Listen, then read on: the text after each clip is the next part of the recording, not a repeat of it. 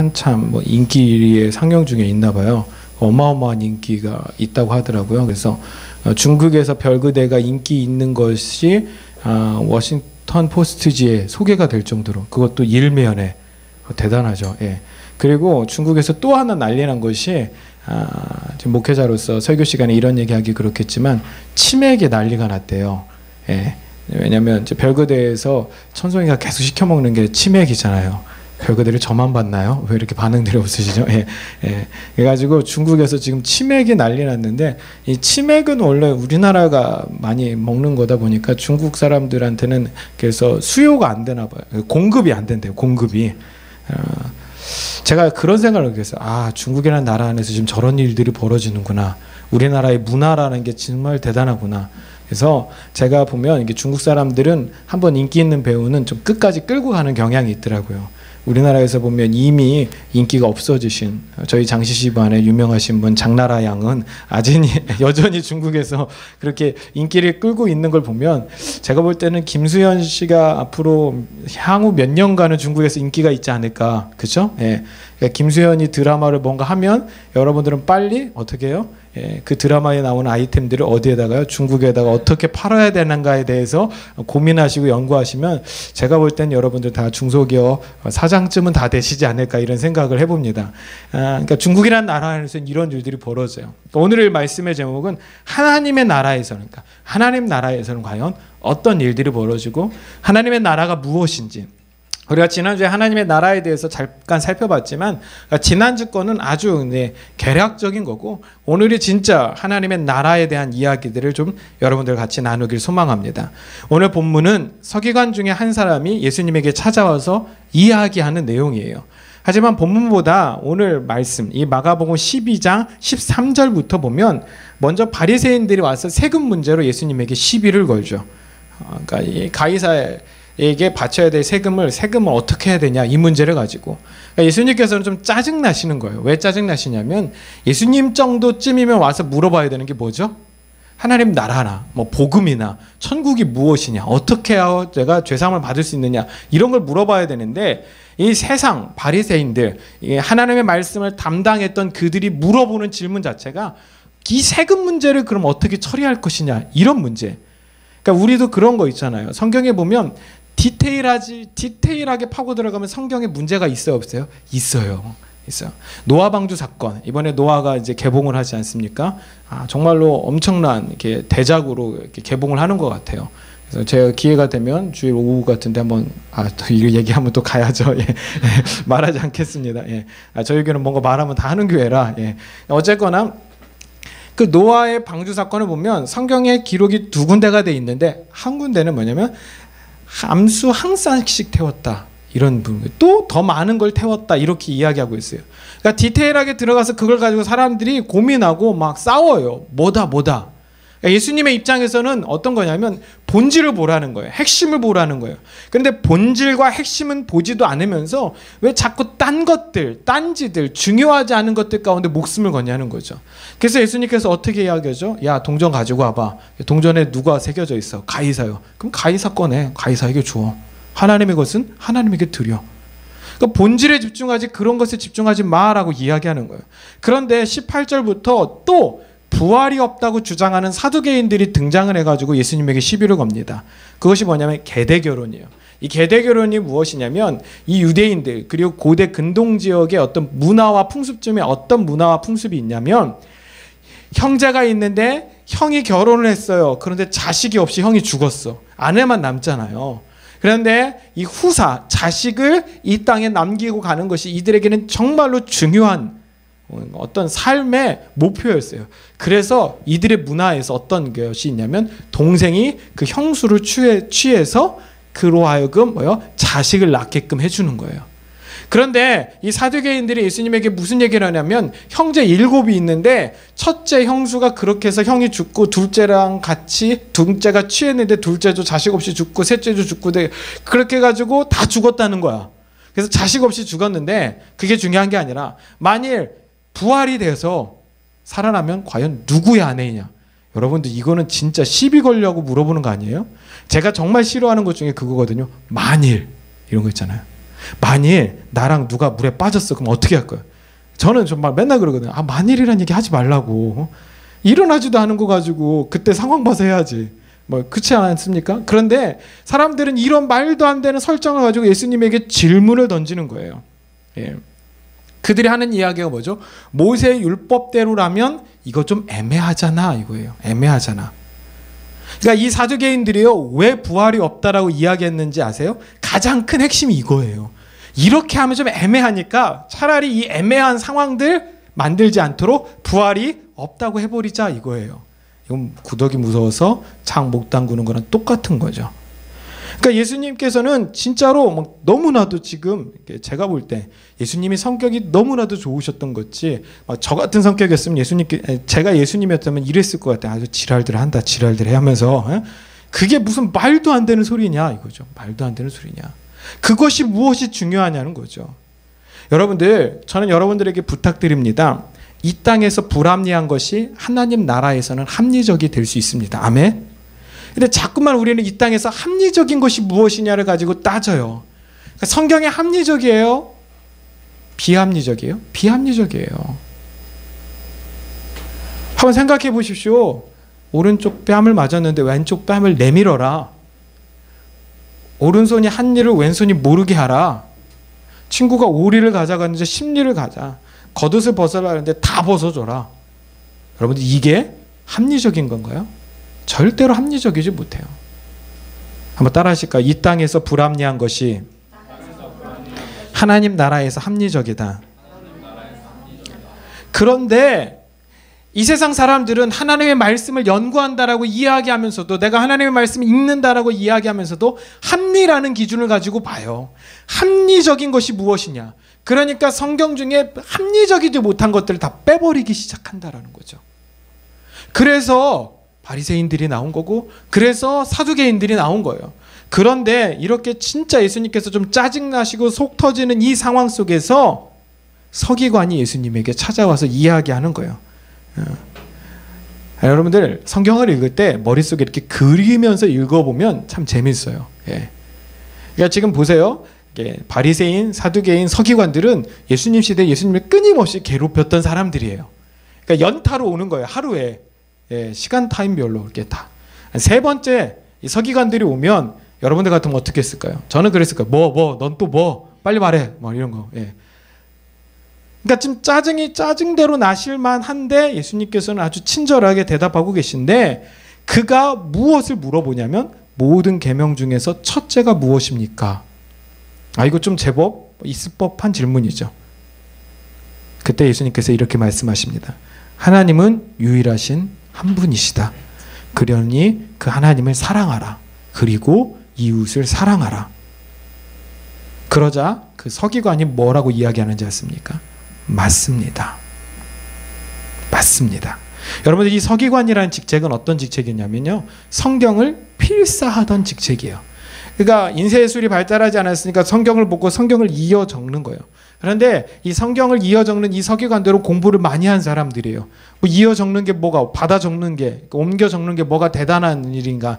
왜냐면요, 이 히브리어의 특성은요, 히브리어는 점을 어디에 찍느냐에 따라서 내용이 확 달라져 버려요. 그래서 점 하나 찍는 것이 되게 중요하기 때문에 아무나 성경을 필사할 수 없어요. 이 서기관은 공부를 많이 했던 사람이에요. 그리고 그가 구약 성경을 계속해서 옮겨 적었을 거 아니에요. 그런데 옮겨 적다 보니까 그의 마음속에 든 한 가지 의문이, 바리새인들이, 사두개인들이 이야기하고 다른 서기관들이 이야기하는 하나님이 아닌 것 같더라는 거예요. 이해되시죠? 자신이 성경을 직접 들여다보니까 그 성경에서 말하는 하나님과 그들이 말하는 하나님, 그들의 전통이 이야기하는 그 하나님과 상반되더라는 거예요. 그래서 그가 고민하면서 예수님에게 나와서 묻는 거예요. 예수님, 율법이 무엇입니까? 그 중에 첫째가 무엇입니까? 예수님께서 이렇게 말씀하시는 거죠. 하나님이 유일하신 분이니까 그 하나님을 무조건 사랑하는 것이 가장 먼저다. 그리고 하나님이 사랑하라라고 말씀하셨으니까 내 이웃을 사랑하는 것이 맞다, 옳다라고 이야기하는 거죠. 그제서야 그 서기관이 이렇게 말하는 거예요. 그렇군요. 그거였군요. 예수님의 말씀이 맞습니다. 그러자 예수님의 반응이 이런 것입니다. 헐, 대박. 그걸 네가 어떻게 깨달아? 그게 이해되어져? 라고 물어보시는 거죠. 그렇다면 너는 하나님의 나라에서 멀지 않았어. 멀지 않았다라는 뜻이 무엇일까요? 이 서기관이 곧 죽어서 하나님 나라에 가겠다라는 말씀일까요? 아닌 거죠. 하나님 나라 안에서 멀지 않았다라는 것은 결국 그가 하나님의 나라를 소유하게 될 거라는 것을 말씀하고 계신 거예요. 오늘 설교는 이 물음에서 시작하는 거예요. 멀지 않았다. 하나님의 나라에서 멀지 않았다. 이것이 무슨 뜻인지에 대해서 고민하는 것에서 이 설교가 출발하는 것입니다. 첫 번째, 하나님의 나라는 무엇이냐? 따라합시다. 임하시는 하나님의 나라. 마태복음 6장 9절에서 10절 한번 볼까요? 오늘은 성경 말씀을 많이 찾습니다. 여기 다 이렇게 떠 있을 거예요. 마태복음 6장 9절에서 10절. 그러므로 너희는 이렇게 기도하라. 하늘에 계신 우리 아버지여 이름이 거룩히 여김을 받으시오며 나라가 어떻게 해요? 임하오시며. 나라가 임하오시며. 예수님께서 제자들에게 기도를 이렇게 하라고 가르치시면서 예수님께서 가르치신 기도의 첫 번째가 뭐라고요? 나라가 임하오시며. 오늘 우리가 가진 천국의 개념은 뭐죠? 죽어서 하나님의 나라에 가는 거예요. 하나님의 나라는 이 땅 가운데 올 수 없다라고 생각하는데 오늘 성경은 예수님께서 뭐라고 이야기하냐면 나라가 임하옵시며 임하게 된다라고 이야기를 하고 있어요. 또 누가복음 9장 27절 말씀이요. 한번 읽어볼까요? 시작. 내가 참으로 너희에게 이르노니 여기 서 있는 사람 중에 죽기 전에 하나님의 나라를 볼 자들도 있느니라. 아멘. 죽기 전에 하나님의 나라를 뭐 할 사람이요? 볼 자. 이상하잖아요. 예수님께서 말씀하신 거거든요. 여러분이 가지고 계신 성경으로 보면 빨간색 글씨로 되어 있는 곳, 결국 예수님이 말씀하신 거거든요. 그런데 뭐라고 말씀하셨다고요? 죽기 전에 하나님의 나라를 본대요. 우리가 생각하는 천국은 뭐죠? 죽어서 가는 거예요. 그런데 예수님은 계속해서 나라가 임한다, 죽기 전에 볼 수도 있다. 그 이야기는 하나님의 나라가 임하고 있다라는 거예요. 임하시는 하나님의 나라에 대해서 오늘 성경은 우리 가운데 이야기를 하고 있는 것입니다. 그러므로 저는 여러분들에게 부탁드립니다. 하나님의 말씀을 읽고 그걸 믿고 하나님의 나라를 꿈꿀 때마다 하나님의 나라는 멀리 있어. 하나님의 나라는 내가 죽어서나 갈 수 있는 곳이야 라고 여기지 마시고 하나님의 나라가 내게 임하도록, 할렐루야, 하나님의 나라가 우리에게 임하도록 날마다 기도하실 수 있기를 주님의 이름으로 간절히 축원합니다. 이게 주기도문이잖아요. 이 주기도문이면 진짜 전 세계에서 수없이 많은 사람들이 아주 옛날부터 이 주기도문을 외웠다고요. 그러면 벌써 하나님의 나라가 임했어야 되는데 문제가 있어요. 주기도문은 어떻게 하죠? 예배가 끝날 때. 그러니까 주로 이게 전통적인 교회들을 보면요, 예배의 시작은 뭘로 알려져? 사도신경으로 알려져. 예배의 끝은 뭘로 알려져요? 주기도문으로 알려져. 그러니까 사도신경은 우리의 신앙 고백이에요. 믿으시죠? 우리의 신앙 고백이에요. 그러니까 그 한 절 한 절에 내 마음을 담아야 돼요. 주기도문은 뭐예요? 예수님께서 기도의 샘플로 알려주신 거예요. 이렇게 기도해. 이렇게 기도하면 정말로 너희들의 기도가 응답되어져. 할렐루야. 그런데 우리는 어떻게 하죠? 하늘에 계신 우리 아버지 이름이 거룩히 여김을 받으시며 나라가 임하오시며 뜻이 하늘에서 이룬 것 같이 땅에서 이루어지이다. 마치 이것을 그냥 하나의 의식처럼 지나가 버려요. 그러니까 내 마음을 담지 않으니까 하나님의 나라가 임하게 되려라는 이 간절한 마음을 품지 못하는 거예요. 저는 이 주기도문과 사도신경을 이렇게 예배 시간에 이렇게 의미 없이 집어넣지 않았으면 좋겠어요. 그러니까 진짜로 한번 고백해 보세요. 여러분들 사도신경 오늘 이따 가시면서든 집에 가서든 성경을 펼쳐놓고 한번 읽어보세요. 외우지 말고 읽어보세요. 그 말씀 하나하나가 주옥 같아요. 주기도문 한번 읽어보세요. 정말 여러분의 가슴을 쳐요. 여러분의 기도가 다 틀렸어요. 먼저 하나님의 나라를 구하지 않잖아요. 그죠? 먼저 하나님의 이름을 거룩하게 여기지 않잖아요. 우리의 기도는 일용할 양식부터 시작되어져요. 그죠? 일용할 양식부터. 우리의 기도는 남을 용서하는 것을 통하여 내가 용서받는 것이 아니라 뭐죠? 하나님, 나를 먼저 용서해 주세요라고 이야기를 해요. 그러니까 우리의 기도는 주기도문과 다 틀려버려요. 이 문제는 여러분의 문제가 아니라 이 나라의 교회들의 문제지요. 제대로 가르치지 않았었죠.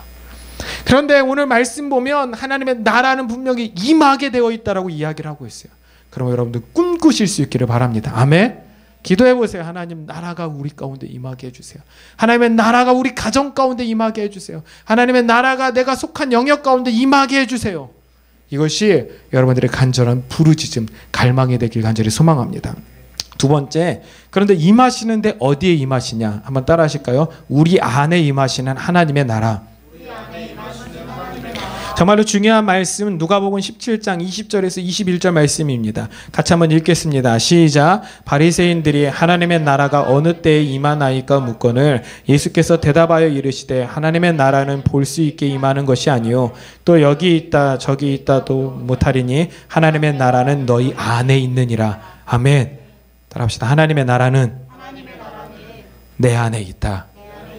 믿으십니까? 하나님의 나라가 너희 안에 있더래요. 그러니까 바리새인들이 이야기하는 거예요. 예수님께서 계속 돌아다니면서 막 병자를 고쳐요. 예수님께서 막 돌아다니면서 귀신을 내어쫓아요. 사람들이 물어보는 거예요. 당신이 무엇이길래 왜 병자를 고치며 어떻게 무슨 능력으로 귀신을 내어쫓습니까? 그때마다 예수님께서 이야기하시는 것이 하나님의 나라가 가까웠다. 하나님의 나라가 가까웠다. 그러니까 무슨 얘기를 하냐면 바리새인들이 와서 하나님의 나라가 어느 때에 임하나이까? 예수님께서 이렇게 말씀하시는 것입니다. 하나님의 나라는 정말로 볼 수 있게 어떤 성의 형체, 어떤 마을, 빌리지의 형체로 우리 가운데 임하는 것이 아니라 여기 있다 저기 있다도 못하리니 하나님의 나라는 너희 안에 있느니라. 아멘. 저는 확신합니다. 제 안에는 하나님의 나라가 있습니다. 아멘. 하나님의 나라가 견고히 세워져 있습니다.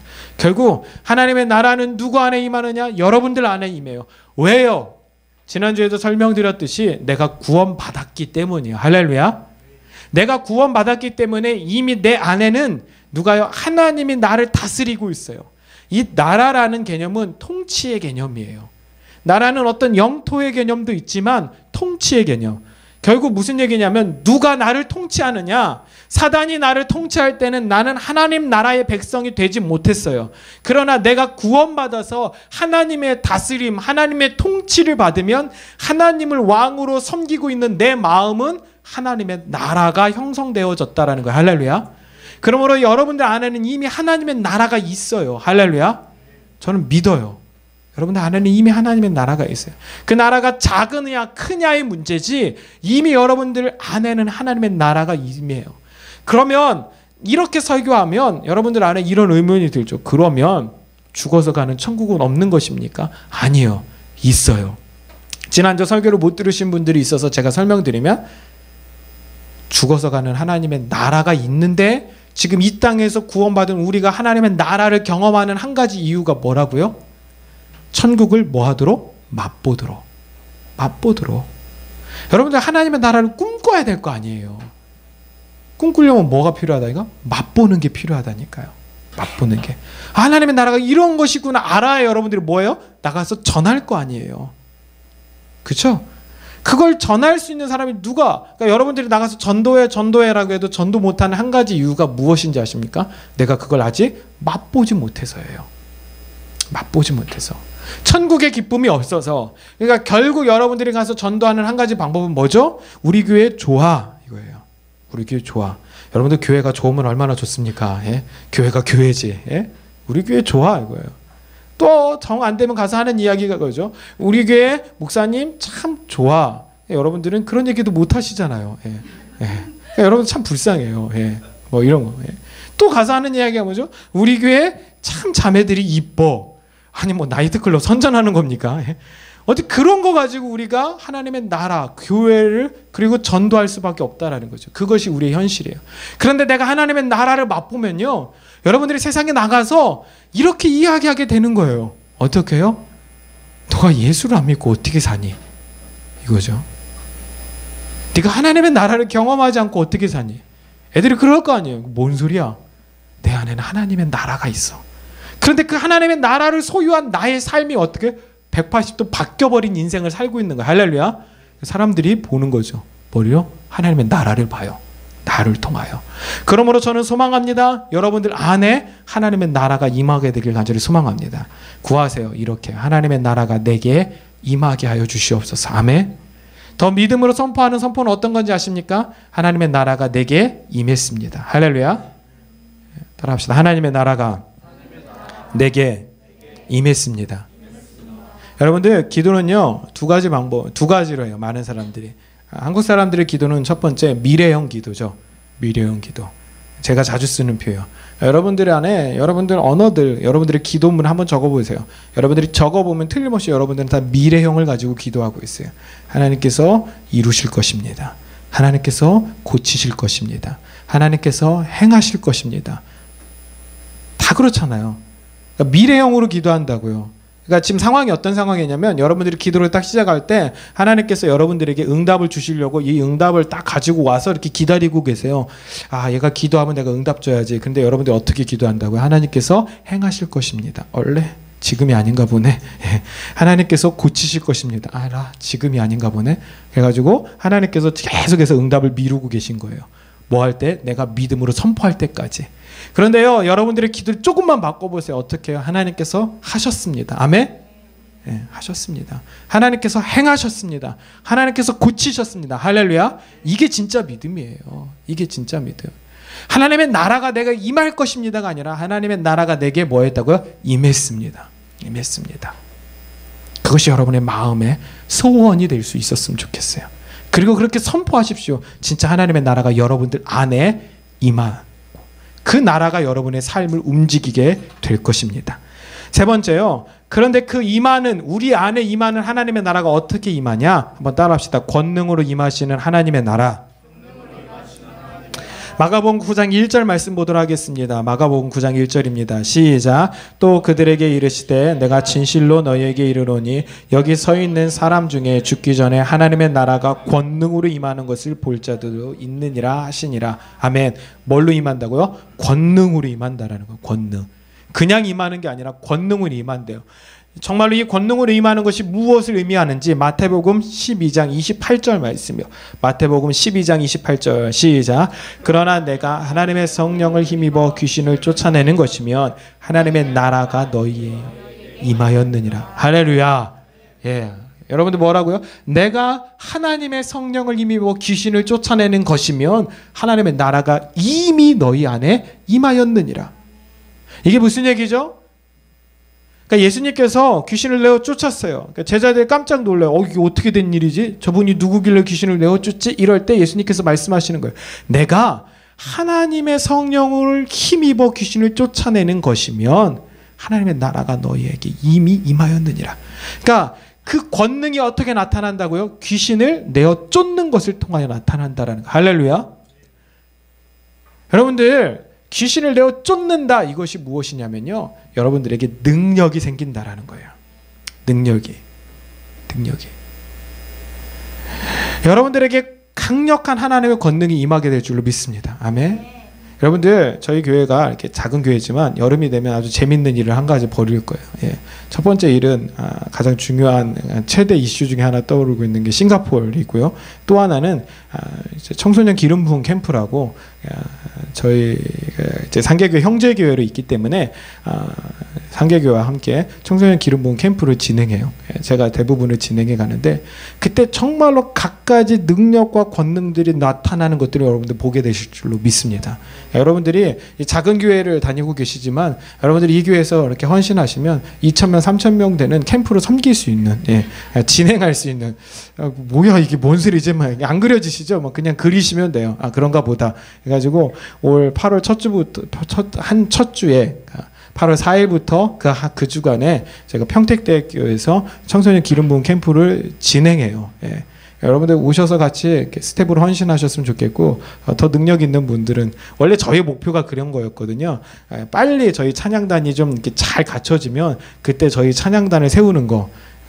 근데 몇 개월 안 남아서 좀 걱정이긴 한데 예, 아직 드러머가 없어가지고 혹시 드럼 치실 수 있는 분들은 헌신해 주시면 정말로 감사하겠습니다. 예. 여러분들 진짜로 그렇게 섬길 수 있는데 그 캠프를 가면 느껴지는 한 가지는 그 캠프 때 하나님이 강하게 일하세요. 막 귀신이 떠나가며 예언이 임하고 방언이 열리고 할렐루야. 근데 그런 일들이 왜 일어나는지 아세요? 그 캠프에 보면 한 1,500명, 한 1,800명쯤 모이는데 한 차수에 그때 거기에 있는 사람들이요 하나님의 나라를 모르는 사람들이 너무나도 많기 때문이에요. 청소년들이니까. 그러니까 하나님께서 그들의 인생 가운데 일하시기 시작하는 거예요. 그들의 주변에 일하시기 시작하는 거예요. 어떤 일이요? 하나님의 나라가 임하는 것이 이런 거야. 그래서 막 그들 안에 있는 악한 영이 떠나가며 그들의 질병이 그 집회 때 떠나가고 할렐루야.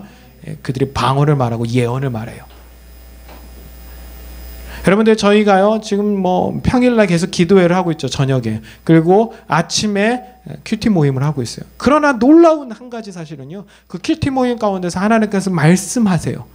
그냥 우리가 그냥 말씀을 읽고 그냥 이런 말씀은 이런 거야 라고 설명하는 것이 아니라 하나님께서 그 가운데 말씀하세요.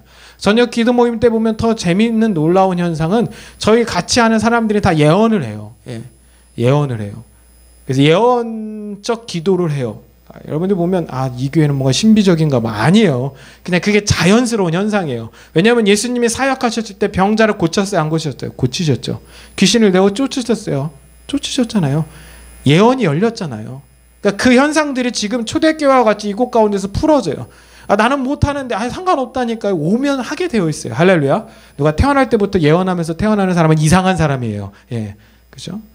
태어날 때부터 귀신을 내어 쫓는 사람도 이상한 사람인 거죠. 그런데 하나님의 나라가 이미 내 안에 임하였다라고 믿는 그 사람들에게는 하나님께서 그런 권능을 행할 수 있는 능력을 주신다라는 거죠. 누가복음 10장 9절에 보면 이렇게 나와요. 거기 있는 병자들을 고치시고 또 말하시기를 하나님의 나라가 너희에게 가까이 왔다. 그러니까 예수님께서 병자를 고치고 하나님의 나라가 가까이 왔다라고 이야기를 하세요. 뭐요? 권능을 행하시는 거죠. 또 사도행전 1장 8절 말씀, 너무나도 유명한 말씀이죠. 우리 한번 같이 읽도록 하겠습니다. 오직 성령이 너희에게 임하시면 너희가 권능을 받고 예루살렘과 온 유대와 사마리아와 땅끝까지 이르러 내 증인이 되리라 하시니라. 아멘. 예수님께서요 이 사도행전 1장에서 마지막으로 제자들에게 부활하시고 나셔서 뭘 하셨냐면 하나님의 나라를 계속해서 가르치셨어요. 그리고 마지막 하늘로 올라가시면서 예수님께서 뭐라고 말씀하셨냐면 성령이 너희에게 임하시면 너희가 뭘 받는다고요? 권능. 그러니까 봐요. 하나님의 나라는 권능으로 임해요. 그런데 성령을 받아야 권능을 받을 수 있대요. 결국 성령의 기름 부으심, 그것이 뭐라고요? 하나님의 나라를 우리 가운데 경험하게 해주는 통로가 된다라는 거예요. 그러므로 여러분들 하나님의 말씀을 읽고 하나님의 말씀을 믿기 시작할 때 반드시 구해야 되는 한 가지가 성령님 내게 임하여 주시옵소서. 성령의 기름 부으심을 구해야 될 줄로 믿습니다. 성령의 기름 부으심을 구하세요. 기름 부어주세요. 기름 부어주세요. 기름 부어주세요. 그런 관점에서 또 한 번 제가 말씀드리는 건 교회 이름은 참 잘 정했다라는 생각이죠. 어노인팅 교회. 이 시대 마지막으로 하나님께서 정말로 강력한 기름 부으심을 우리 가운데 부어주셔서 일하게 하실 줄로 믿습니다. 아멘. 그때 우리가요 뭘 할 수 있죠? 우리가 기득권을 내세울 수 있어요. 우리가 선점할 수 있다고요. 하나님, 저희는 처음부터 어노인팅 교회로 출발했어요. 그러니까 우리에게 가장 많은 기름 부으심을 주셔야 돼요. 아멘. 저는요 딴 거 구하지 않아요. 정말 이 예배를 통하여 여러분들에게 가장 강력한 기름 부으심이 임하게 되길 간절히 소망합니다. 그것 하나가 진짜 열망이에요. 하나님의 나라를 경험하게 되고 하나님의 나라를 여러분들이 체험하게 되길 간절히 소망합니다.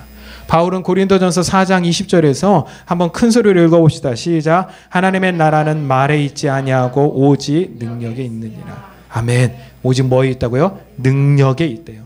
하나님의 나라는 그냥 하나님의 나라가 임합니다. 여러분들 회개하세요라고 하는 것이 아니라 어떻게 해요? 능력이 나타난대요. 그래서 여러분들이 제대로 된 하나님의 나라를 경험하고 그 하나님의 나라를 품고 세상에 나가서 하나님의 나라를 전할 때마다 어떤 일들이 벌어진다고요? 능력이 나타나기 시작해요. 할렐루야. 능력이 나타나기 시작한다고. 그래서 세상의 사람들로 하여금 그 능력을 경험하게끔 하는 거예요. 와, 하나님의 나라를 제가 선포하는데 제가 선포하는 하나님의 나라의 능력이 있구나, 이걸 보여준다라는 거죠. 제가 이번 한 주간 여러분들의 얼굴을 떠올리면서 제가 이렇게 중보할게요. 여러분들이 속한 학교, 여러분들의 친구, 여러분들이 속한 직장, 그 동료들이 이번 주에 아프기 시작하도록. 그럼 여러분들은 뭐 하셔야 된다고? 누가 아파? 그러면 어떻게 해요? 하나님의 나라를 먼저 선포해요. 하나님의 나라가 내게 임했습니다. 내게 임한 하나님의 나라, 권능으로 임한 하나님의 나라로 내가 당신을 위해서 기도하겠습니다. 할렐루야. 그때 치유될 줄로 믿습니다. 아멘. 여러분들 그런 일들이 저기 무슨 말도 안 되는 이야기야. 아니요. 예수님께서 전도하신 방법이 이거예요. 예수님께서 끊임없이 하나님의 나라를 전파하셨는데 예수님은 그냥 말로 하나님의 나라를 전파하신 것이 아니라 어떻게 해요? 그 동네에 들어가서 먼저 뭐 하셨다고요? 병자를 고치고 귀신을 내어 쫓았어요. 그리고 나서 하나님의 나라가 임하게 된다라고 선포하셨다고요. 이렇게 고치는 것이 하나님의 나라가 임한 증거라고 이야기를 하고 있어요. 이렇게 고치는 것을 너희들이 보았다라면, 성령을 힘입어 고치는 것을 보았다라면 하나님의 나라가 이미 너희 안에 임하였다라고 예수님께서 말씀하셨잖아요. 저는 여러분들이 이 시대를 살아갈 때 이런 능력을 가지고 살아가게 되길 주님의 이름으로 간절히 축원합니다. 연약한 그리스도인들, 정말로 아무것도 할 수 없는 그리스도인들이 아니라 모든 것을 할 수 있는 그리스도인들. 무엇 때문에? 하나님의 나라가 내게 임했기 때문에. 정말 그런 기적의 공동체, 기적의 사람들이 되길 주님의 이름으로 간절히 축원합니다. 마지막 네 번째, 한번 따라 하실까요? 전파되어지는 하나님의 나라. 사도행전 1장 3절 말씀 읽도록 하겠습니다. 시작. 그가 고난 받으신 후에 또한 그들에게 확실한 많은 증거로 친히 살아계심을 나타내사 40일 동안 그들에게 보이시고 하나님의 나라의 일을 말씀하시느니라. 아멘. 뭐 하셨다고요? 40일 동안 그들에게 보이시며 하나님 나라의 일을 말씀하셨대요. 그러니까 예수님께서 뭐 하셨다고? 40일 동안 그들을 계속 가르치신 거예요. 하나님 나라가 이런 거야. 하나님 나라가 임할 땐 이런 일들이 벌어질 거야. 하나님 나라가 임할 땐 이런 거야. 그리고 나서 예수님께서 좀 아까 봤던 1장 8절에서 성령이 임하면 돼 라고 말씀하시는 거예요. 또 누가복음 9장 62절 한번 볼까요? 누가복음 9장 62절 시작. 예수께서 이르시되 손에 쟁기를 잡고 뒤를 돌아보는 자는 하나님의 나라에 합당하지 아니하니라. 아멘. 그러니까 여러분들은 이미 하나님의 나라를 소유한 자들이에요. 믿으시죠? 그것을 예수님께서 뭐라고 표현하시냐면 손에 쟁기를 잡은 자라고 표현하고 계신 거예요. 여러분들 쟁기를 잡고 뒤돌아보면 어떻게 되냐면 삐뚤어져요. 소는요, 옛날에 소를 이렇게 쟁기에 쥐어가지고 이렇게 끌고 가게 하잖아요. 제가 어렸을 때 이거 한번 해봤거든요. 저희 할아버지가 이걸 하실 때, 제가 시골 출신이다 보니까 저희 할아버지가 할 때 저도 한번 해보겠다라고 그렇게 했는데, 저희 할아버지가 저에게 이걸 시켜놓고 잠깐 어딜 가셨어요. 저 무서워 죽는 줄 알았어요. 무서워 죽는 줄 알았어요. 소는 소대로 가지. 그러나 이 쟁기는 나중에 이렇게 뒤집어져가지고 쟁기는 쟁기대로 끌려가지. 소를 아무리 잡아 당겨도, 여러분들 제가 어린데, 소가 뭐 소를 이기겠습니까? 소에게 끌려가죠. 근데 소라는 동물은요, 이렇게 딱 잡고 있는데, 이 고삐를 잡고 있는데 조금이라도 틀어지면 그쪽으로 방향을 틀게 돼 있어요. 그러니까 내가 쟁기를 잡고 소의 고삐를 잡고 앞으로 전진해 나가다가 뒤로 돌아보면 이게 당겨져서 방향이 틀어지기 시작한다라는 거예요. 오늘 예수님께서 말씀하시는 거예요. 하나님의 나라를 한번 소유했으면 뭐요? 딴 거 보지 말라는 거예요. 할렐루야. 딴 거 보지 마. 어떤 지체가 기도하면서 저에 대한 예언을 이렇게 주더라고요. 뭐냐면, 목사님은 하나님께서 이렇게 양쪽, 여러분들 달리는 말에 이렇게 양쪽 눈을 가리게 해놓은 거 아시잖아요. 이렇게 해놓으셨대요. 그래서 앞만 보고 가야 된대요. 그래서 어떤 지체는 저에게 이런 이야기를 해줘요. 목사님은 소리굽새래요. 소리굽새가 뭐죠? 땅 때리면 무슨 음이 나죠? 에임, 라음이 나죠. 라음. 뭐예요? 평생 한 소리만 내라는 거예요. 한 소리. 그래서 저는 아주 마음 편하게 설교할 때 기름 부음, 하나님의 나라, 구원에 대해서만 설교해요. 다른 다양한 것들, 이렇게 살아가면 인생에서 성공합니다. 그건 제가 줄 수 있는 게 아니에요. 하나님께서 여러분들에게 지혜를 주시는 거죠. 아멘. 저는요, 목사로서 한 소리, 어떤 소리요? 하나님의 나라가 무엇인지에 대해서 여러분들에게 이야기하고, 여러분들이 그 하나님의 나라를 소유하고 뒤돌아보지 않고 여러분들도 전진해 나가면서 하나님의 나라를 전하기 시작해야 돼요. 그런 인생을 사는 사람이 바울이에요. 마지막으로 우리 사도행전 28장 31절 말씀을 읽겠습니다. 시작. 하나님의 나라를 전파하며 주 예수 그리스도에 관한 모든 것을 담대하게 거침없이 가르치더라. 할렐루야. 아멘. 하나님의 나라를 뭐 했다고요? 전파했대요. 누가요? 바울이. 그런데 바울이 이때가 어느 때인지 아십니까? 로마로 가서요, 가택연금을 받던 때예요. 가택연금. 그러니까 죄수의 신분으로 로마로 들어갔어요. 그런데 그가 죄수였지만 거기서 변함없이 뭐 했다고요? 하나님의 나라를 전파하기 시작했어요. 거침없이 예수 그리스도를 가르쳤다라는 거죠. 하나님의 나라는 누군가 경험하고 누군가 능력을 받아야 되고 누군가 전파해야만 세상 가운데 전해지기 시작해요. 할렐루야. 그게 하나님의 나라예요. 하나님의 나라는 능력으로 임하는데 그 능력은 그냥 초자연적인 능력, 그러니까 우리가 아무도 행하지 않았는데 그냥 나타나는 능력이 아니라 어떻게 해요? 누군가를 통하여 능력이 나타나게 되어 있어요. 저는 그 누군가가 여러분들이 되길 주님의 이름으로 간절히 소망합니다. 누군가가 능력을 행할 때 그걸 내가 보고 가서 와 제가 그랬어 라고 이야기하는 게 아니라 여러분들이 어떻게 해요? 여러분들 스스로가 그 능력을 행할 수 있는 사람들이 될 수 있기를 주님의 이름으로 간절히 축원합니다. 그때 하나님께서 여러분들의 인생을 축복하셔서 여러분들이 꿈꾸고 여러분들이 소망하는 모든 것들을 다 이루어 주십니다. 왜요? 여러분들이 가는 곳마다 하나님의 나라가 임하였기 때문입니다. 여러분들 요셉의 이야기를 보면 핵심이 뭐죠? 요셉의 이야기는 요셉이 가는 곳마다 하나님이 그와 함께 하심으로 아멘? 그가 형통한 사람이 되었다. 근데 정말로 많은 사람들이 형통한 요셉을 꿈꿔요. 그게 아니라 그가 하나님과 동행했고 하나님이 그와 동행했기 때문이에요.